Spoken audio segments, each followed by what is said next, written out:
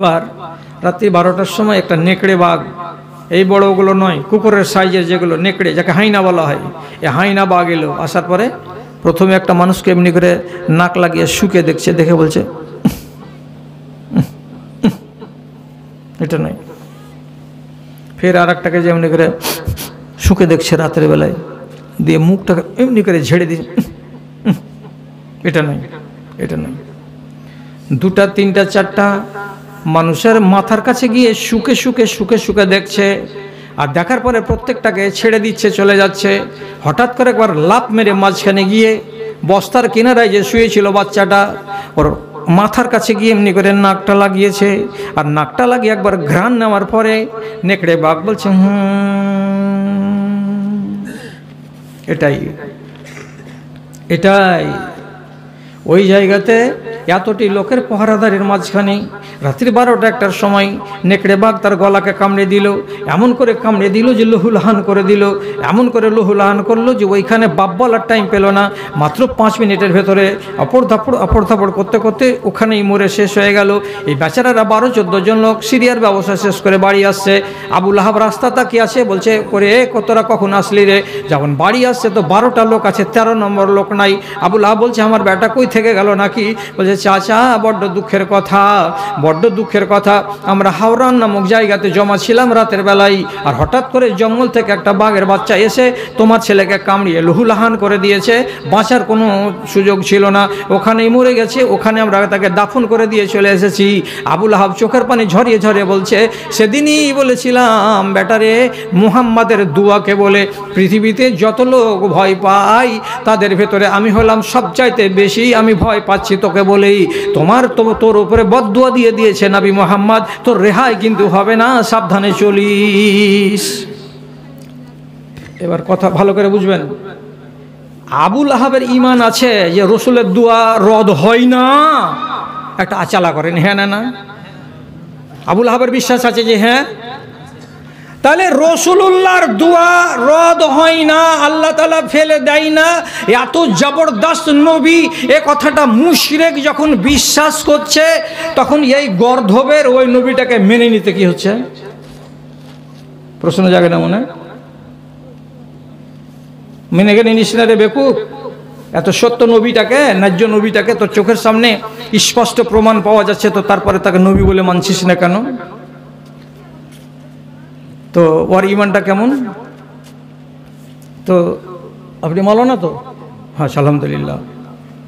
ওর ইমান কেমন আমি বলবো না, কোরআন বলছে লাইন সাআলতাহুম মান খালাকাস সামাওয়াতি ওয়াল আরযা লা ইয়াকুলুনাল্লাহ।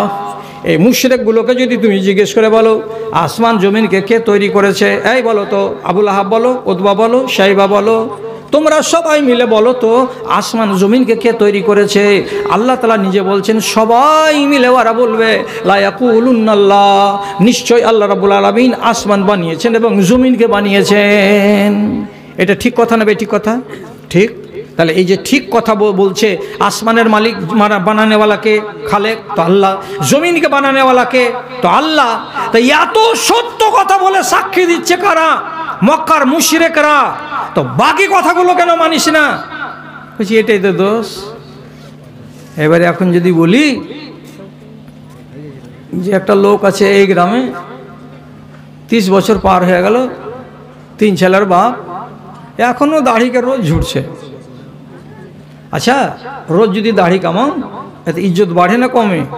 যদি বলে যে বাড়ে, খালি প্রমাণ করে দাও যে হ্যাঁ বাড়ে। কাল যদি কুমারগঞ্জ স্টেশনে দাড়ি কামিয়ে আমি এসে না দেখাই তো পরে কহিও, আমিও তো ইজ্জত চাচ্ছি।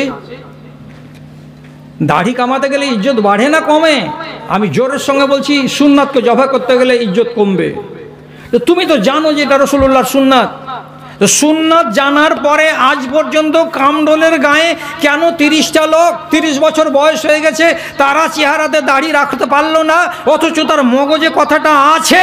তো তাহলে ওর ইমান আর আবু লাহাবের ইমানের তফাৎ কোথায়? আপনি জবাব দেন আমাকে, ওয়াজ করে ছেড়ে দিচ্ছি আমি। কি বলেছিলাম গোড়াতে? 3 রকমের ইমান দেখতে পাচ্ছি দেশে, 3 রকমের। ওরে নাদান মুসলমান, ওরে নাদান মুসলমান, তোরা কেন বুঝিস না রে? খোদার রশি শক্ত হাতে কেন ধরিস না রে, তোরা কেন ধরিস না রে? মাস গেল তোর বছর গেল আর কি আছে বাকি, সবাই তোরা বল না এসে নমাজ ধরেছি আমরা রোজা ধরেছি। খোদা তোদের রহম করে কেন কিছুই বলিস না রে? ওরে নাদান মুসলমান তোরা কেন বুঝিস না রে? খোদার রশি শক্ত হাতে কেন ধরিস না রে, তোরা কেন ধরিস না রে? একগুলো লোকের ইমান হলো ইবলিসের ইমান। ইবলিসকে শয়তানের নাম, তো বরফের ইমান আছে নাকি? তো আপনি কি কইছেন? ইবলিসের ইমানের ত্রুটি আছে, এটা কথা ঠিক, কিন্তু ইবলিসের জ্ঞান কম। ইবলিস 1000 বছর ধরে ফেরেশতাদের নেতা ছিল, ও শরীয়তের সব বালা মুসিবতগুলো সব বুঝে, আর যতগুলো খায়ের আছে সেগুলো বুঝে। ইবলিস শয়তান সমস্ত কিছু আল্লাহ রাব্বুল আলামিনের ফরমানকে জানে এবং সমস্ত ফরমানকে সে বুঝে। কোনটা করতে গেলে আল্লাহ রাজি আর কোনটা করতে গেলে আল্লাহ নারাজ, এগুলো ও বুঝে না, মনে করছেন সব পাই পাই পাই পাই করে বুঝে। জি জি, আরে সত্য কথা বলছি জি, কামডালের লোক। আয়াতুল কুরসির যে ফজিলত আছে, আয়াতুল কুরসি কোনটা? আল্লাহ লা ইলাহা ইল্লাহু আল হাইয়ুল কাইয়ুম, এটাকে কি বলা হয়? আয়াতুল কুরসি। তো সবাই জানেন আপনারা, ইয়ার যে ফজিলত এত, তো আবু হুরায়রাকে রাতের বেলায় শিখিয়ে দিয়ে গেছে কে? এই শয়তান। চুরি করতে এসেছিল মসজিদে, মানুষের রূপ নিয়ে ধরা পড়ে গেল আবু হুরায়রার হাতে। আবু হুরায়রা কইছে তোকে রসুলের কাছে নিয়ে যাব। তখন কাঁদতে কাঁদতে বলছে যে তোমাকে একটা জিনিস দিয়ে যাচ্ছি, কাউকে ছেড়ে দাও। কি দিবা? বলছে এটা লাও। আয়াতুল কুরসি পড়ে শুনিয়ে দিল। কাকে? আবু হুরায়রাকে। কখন? রাত 12টার সময়। আবু হুরায়রা ছেড়ে দিল। সকালে নবীজিকে যা বলছে আল্লাহ রসুল এই ব্যাপার। আবু হুরায়রাকে রসুল তখন বলছে তুমি ওকে চিনহ? বলছে না, ও তো চোর। বলছে চোর লে, ওটা হলো ইবলিস শয়তান, মানুষের রূপ নিয়ে চুরি করতে এসেছিল। তবে যেটা বলে দিয়েছে সেটা হক, এবারে সত্য কথা, ন্যায্য কথা। ফজিলত বয়ান করতে এলাম না, টাইম আমার কাছে নাই। তাহলে ইবলিস শয়তানের এতটুকু জ্ঞান আছে, আয়াতুল কুরসির ফজিলতটা কি? তাহলে আর জ্ঞানগুলো নাই? কত জ্ঞান আছে তো শুনেন। বদর যুদ্ধের দিন এদিকে হচ্ছে 1000 মিলিটারি আর এদিকে হয়েছে 313টা মিলিটারি মুসলমানদের। এবার 313টার মোকাবিলাতে 1000টা মিলিটারি আছে। ওই জায়গাতে মানুষের শেকেল নিয়ে নিচে এসে ইবলিস শয়তান মক্কার লোকগুলোকে বলছে চালিয়ে যা, চিন্তা করবি না, আমি তোদের পিছনে আছি। যত রকমের মদত করতে হয়, যত রকমের কৌশল বলতে হয়, আমি সব তোদেরকে বলে দিব। তোরা এই মুসলমানগুলোকে মেরে লাট করে দিবি, এই করবি করে খুব গরম গরম গরম গরম ভাষণ দিচ্ছে। এমন সময় শটের উপরে বলছি আল্লাহ তাআলা আসমান থেকে ফেরেশতা পাঠালেন 1000টা, আর দিয়ে বললেন ফেরেশতারা আমার মুসলমানেরা এখানে মাত্র 313টা, ওরা যদি আজকে হেরে যায় তাহলে মদিনার মসজিদে আর আজান পড়বে না। আজকে ওদেরকে জিতাতে হবে। যাও মুসলমানদের লাইনে গিয়ে তোমরা দাঁড়িয়ে যুদ্ধ করো গা। কাদের সাথে? তো দুশমনদের সাথে। মুসলমানেরা একটাও দেখতে পায় না যে আমাদের লাইনের ভেতরে ফেরেশতা আছে। আর কাফেরেরা যতটি এদিকে আছে যখন গুনছে তখন বলছে আমাদের দ্বিগুণ ইয়ারা, মানে 2000 আছে। তাহলে এত সংখ্যা বাড়লো। আল্লাহ কাফেরের চোখে দেখতে দিচ্ছেন কিন্তু মুমিনের চোখে দেখতে দিচ্ছেন না। মুমিনের চোখে দেখা যায় না কেন? যে যদি মুমিন দেখে নেয় যে ফেরেশতা নাজিল হয়েছে তাহলে এরা কেউ লড়বে না। যখন দেখলে ফেরেশতা নাজিল হচ্ছে তখন ইবলিস শয়তান এক কোণা থেকে তখন বলছে তোরা থাকে চাচা আমি গেনু। যখন চলে গেছে তখন কয়েকজন লোক বলছে তুমি এত করে শক্তি সাহস যোগাচ্ছিলে তো ভালো লাগছিল, এখন যে তুমি এমনি করে পালিয়ে যেছো তো আমরাকে ভালো লাগে না। তখন ইবলিস কি করেছে? ইন্নি আরামা লা তারাও না। আরে হোঁচলা তোরা কি বুঝিস? আমি যেটা দেখতে পাই তোরা দেখতে পাস না। আল্লাহ তাআলা আমাকে যোগ্যতা দিয়েছেন, আসমান থেকে যে ফেরেশতা নাজিল হচ্ছে এই ময়দানে আমি আমার 2 চোখ দিয়ে দেখতে পাচ্ছি। আর যেই মাঠে ফেরেশতা নাজিল হয়েছে ওদের সামনে তোরা মোকাবিলা করতে পারবি না, তার জন্য এখান থেকে পালিয়ে যাচ্ছি। কোরআন মাজিদে সাফ করে লেখা আছে, ইবলিস বলছে ইন্নী আখাফুল্লাহ ওয়াল্লাহু শাদীদুল ইকাব। আমি আল্লাহকে বলে ভয় করি, আল্লাহ কঠিন আযাব দেনেওয়ালা। কি হলো? কার কথা এটা? এটা কার কথা? ইবলিসের। কোরআন মাজিদের আয়াত বললাম। এবার আমি বলছি এই মজলিসে কেউ যদি থেকে থাকেন আল্লাহর বান্দা, আপনি হাত তুলুন, আপনাকে পাওয়ার দিচ্ছি। কোন লোকটা, যেই লোকটা বলবে কি আমি আল্লাহকে ভয় করি না, এরকম কোন লোক থাকলে হাত তুলেন তো দেখি, আছে কেউ? কেউ নাই?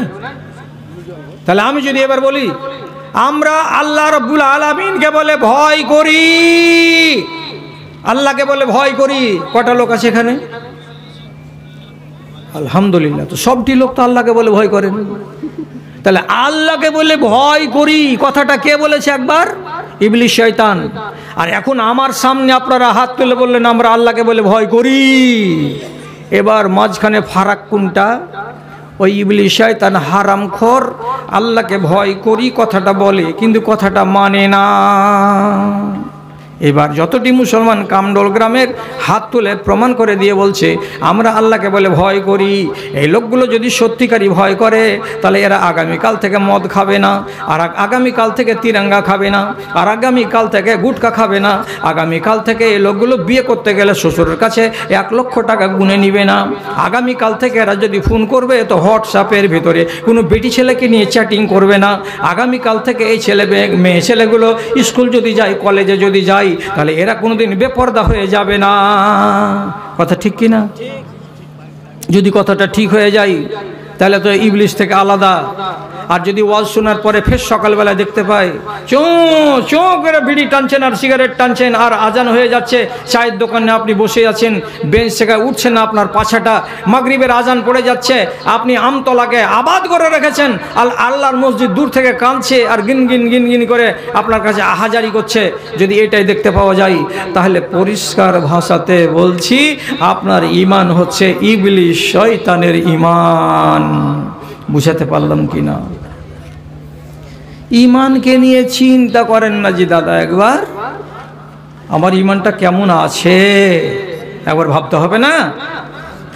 একটা মেয়ে ছেলে, একটা মেয়ে বেটি ছেলে গো হযরত আয়েশার কাছে চলে এসেছে, এসে কি বলছে? ফাশতাকাত কাসাওয়াতা কালবিহা। আম্মা আয়েশাকে বলছে আম্মা জান আমার হৃদয়টা অত্যন্ত কঠোর, ফকির দেখে আমার দিল গলে না, আমার কোনো গরিব মানুষকে দেখে দিল গলে না, কবরের কথা শুনে দিল গলে না, জাহান্নামের কথা শুনে দিল গলে না, আল্লাহ তাআলা মারবে কাটবে পিটবে এমন কথা শুনে দিল গলে না। আমার দিলটাকে আল্লাহ তাআলা এত কঠিন করে দিয়েছেন, আর এমন কড়া দিল নিয়ে যদি আমি মরি তাহলে পারে আমি তো নাজাত পাবো না। কি করা যায়, কেমন করে আমি আমার দিলটাকে নরম করতে পারি? দিল খুব কড়া। কার এটা? একটা মহিলার কথা বলছি। এত কড়া দিলের তুমি মালিক? তো বেচারির ঈমান নিয়ে কত খাতরা হয়েছে। কি বলছে? যে আমি এই দিল নিয়ে যদি মরি, যে দিলের ভেতরে আল্লাহর ভয় নাই, যে দিলের ভেতরে কবরের ভয় নাই, যে দিলের ভিতরে হাসরের ভয় নাই, যে দিলের ভিতরে আর কোনো রকমের কোনো ভয় তৈরি হচ্ছে না, তো আমি নাজাত পাবো না। আম্মা আপনি আমাকে বাঁচান, একটা কোনো উপায় করে দেন। তখন মা আয়েশাকে বলছেন আকসেরি জিকরাল মাউতে। ও বেটি ছেলে তোমার দিলটা বড় কড়া, তো কড়া দিলটাকে যদি নরম করতে চাও একটাই ওষুধ হলো, তার একটা ওষুধ বলে দিচ্ছি, ওষুধটাকে খাবে। কি ওষুধ? তো ওষুধটা বলছেন কি, যত পারো সারা দিনে আর রাতের ভেতরে কবরকে বলে স্মরণ করো, কবরকে বলে স্মরণ করো, মরণকে বলে স্মরণ করো, মরণকে বলে স্মরণ করো। এই মরণকে যদি বেশি বেশি করে স্মরণ করা যায় তো দিলটা নরম হয়। তো যে মরণকে স্মরণ করলাম, তো মরণকে স্মরণ করলাম, মরণকে স্মরণ করলাম, তো দিল নরম হবে? ওরম করে নয়। তো কেমন করে হবে? তোর মার একটা, তোর মরা মায়ের একটা লাকমাছি ভাগে পেয়েছি? হ্যাঁ পেয়েছি। পেয়েছি? পেয়েছি। নাকমাছিটাকে হাতে কর। এই থাম না রে, ছোড়া, এই কাজ হয়ে গেছে, তখন এবারে মাস্তানি শুরু করে দিলি যায়। নাকমাছিটাকে হাতে করো। এই এই কামডোলের এই খালাগুলো কথাটা শুনো, তোমাকে দিল যত কড়া করেছে আল্লাহ তাআলা, এক রাত তোমাদের পাশে ওয়াজ করতে গেলে তো সোজা করা যাবে না। তো বলছে তোমার মায়ের দেওয়া একটা নাকমাছি ভাগে পেয়েছো? হ্যাঁ পেয়েছি। নাকমাছিটাকে হাতে করো, করার পরে 3-4টা প্রশ্ন করো। আহারে, এই নাকমাছিটা আমার মায়ের নাকে কত সুন্দর লাগতো, আজ আমার মা নাই, কবরে চলে গেছে। কবর বলে মনে এলো? হ্যাঁ এলো। আর একবার তুমি মনে মনে করো কি, 2-3 মাস হয়ে গেল মার কবরের দিকে যাইনি। বাড়ির কাছে যদি কবর থাকে তো মার কবরের কাছে যাও, আর মায়ের কবরটার কাছে গিয়ে দেখো, যদি মাঝখানে ভুঁসড়ে পড়ে যেয়ে থাকে তো 4বার করে মনে মনে সওয়াল করো কি, ওরে আল্লাহ, আমার বুকের উপরে যদি 5 কেজি একটা কোনো জিনিস চাপিয়ে দেয় তা আমার শ্বাস ফুলতে লাগে, আর আমার মার কবরের উপরে এই 1 মণ মাটি চাপে বসে আছে, আমার মা যে কত কষ্ট পাচ্ছে আল্লাহ জি, একবার দেখাই। এর নাম কি? তো মরণ। আর কেমন করে করব? আমার দাদিও মরে গেছে, আমার দাদির মরা 12 বছর হলো। আমার মা মরে গেছে, আমার মার আষাঢ় মাস আসতে গেলে 3 বছর হয়ে যাবে। আমার মা এমনি হয়ে মরেছিল। আমার মা মরবার কালে আমাকে এই কথাটা বলেছিল। এইগুলো কথাকে মগজে জাগাও, আর জাগাতে জাগাতে জাগাতে জাগাতে তোমার মায়ের যদি ছেড়ে যাওয়া কোনো কাপড় থাকে, কোনো সায়া থাকে, ব্লাউজ থাকে, শাড়ি থাকে, তো শাড়িটাকে আলমারি থেকে বাহির করো, আর করার পরে শাড়িখানকে একবার করে উল্টাও আর পাল্টাও, আর দেখো আর বলো, মা তুই এই শাড়িখানা ছেড়ে কোথায় চলে গেছিস, কে তোকে আলাদা করে দিয়েছে? তো মা জবাব দিবে না, তোমার মন জবাব দিয়ে বলবে, মরণ তোকে আলাদা করে দিয়েছে, আমাদের বাড়িতে তোকে রাখেনি, বাড়ি থেকে তোকে বাঁশতলায় নিয়ে চলে গেছে। কে নিয়ে গেছে? তো ওর নাম হলো মরণ। 1বার 2বার 3বার 4বার, সকাল বিকাল সাঁঝ রাতে তুমি মরণ মরণ মরণ মরণ বলে চিন্তা করো। আস্তে আস্তে তোমার দিলটা নরম হয়ে যাবে, আমাকে মরতে হবে। নিজের হিসাব লাগাও, আমার বয়স কতদিন হলো? 45 হলো। আর 60 বছর জুতে কতদিন আছে? তো 15 বছর আছে। তারপরে তো আমাকে মরতে হবে।